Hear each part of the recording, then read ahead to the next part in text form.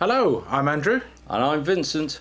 And we're carrying on reviewing a few of the interesting lots in our March Cheshire stamp auctions. And today we've brought together just a few classic Commonwealth issues in blocks. Now this is rather cute and interesting. It's a Queensland 20 shilling stamp of 1880, almost always used for fiscal use on documents and exchanges and so on. But how often do you see them in blocks? Now we're going to put this under the glass so we can have a look. I mean, we were reflecting, weren't we, that seeing things in blocks gives you a lot greater insight with some stamps. Yeah. So that's a block of 30 of the 20 shilling stamp, and they've got a manuscript cancel there put on by a clerk in a solicitor's probably. It says the 8th of September 1880, and it's just an amazing large multiple for the specialist.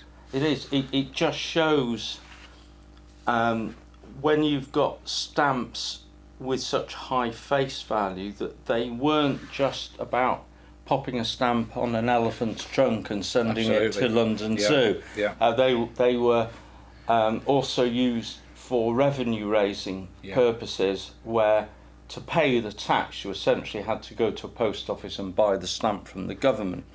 And yes, you might see one of these in now with a bit of pen across it and go, oh dear, that's a shame, wish it had a postmark. But you see a block like that and you realise what it was. And of course, really so many useful. of them had the cancellations cleaned off with forged postmarks and re-gumming and all the rest of it. So it's a beautiful classic Chalon issue. Yeah. Would grace any album. Nice colour too. It is. So what have you got, Vince? Well, I suppose from that corner of the map, but New Zealand, I've got a couple of lots, 859 and 860, which if you look at the Stanley Gibbons listings, you'll see something called mixed perfs. An awful lot of collectors have no idea what that really means. And even if you show a single stamp, it doesn't always jump out at what it's about. But when you see them in blocks, you really get an idea of what mixed perforating really meant. So I'll give Andy back that block, and I'll put one of these under the camera and we can talk about it. Now, of course, the Penny Universal of New Zealand is a famous issue anyway. It was an attempt to create a worldwide universal postage rate, which didn't work out, but it did give us a very interesting issue of stamps which rolled for quite a few years. However, they got involved in something called mixed perforating, or at least that's what the cataloguers at Stanley Gibbons decided to call it. And beautifully illustrated here is the fact you've got two rows of perfs,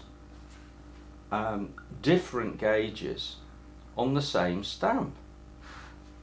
And I'll turn that over and hopefully you should be able to see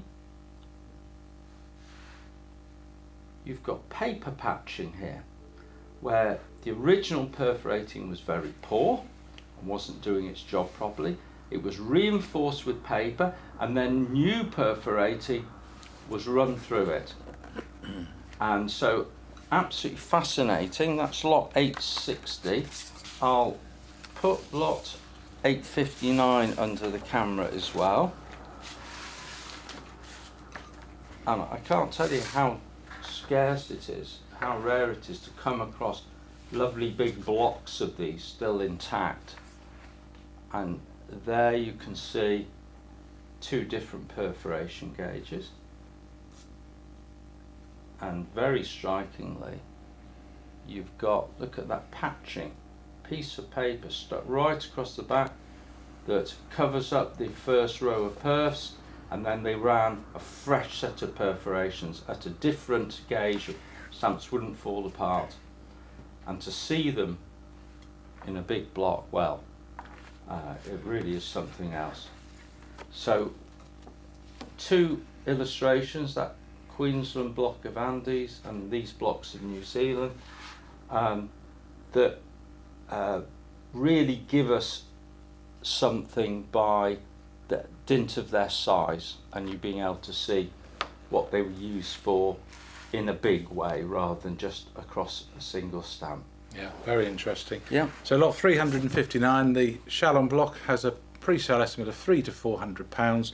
The New Zealand lot 859, 150 to 200, and 860, 250 to £300. Thank you Pretty very good much. stuff. Good luck at the auction. Bye bye. Bye.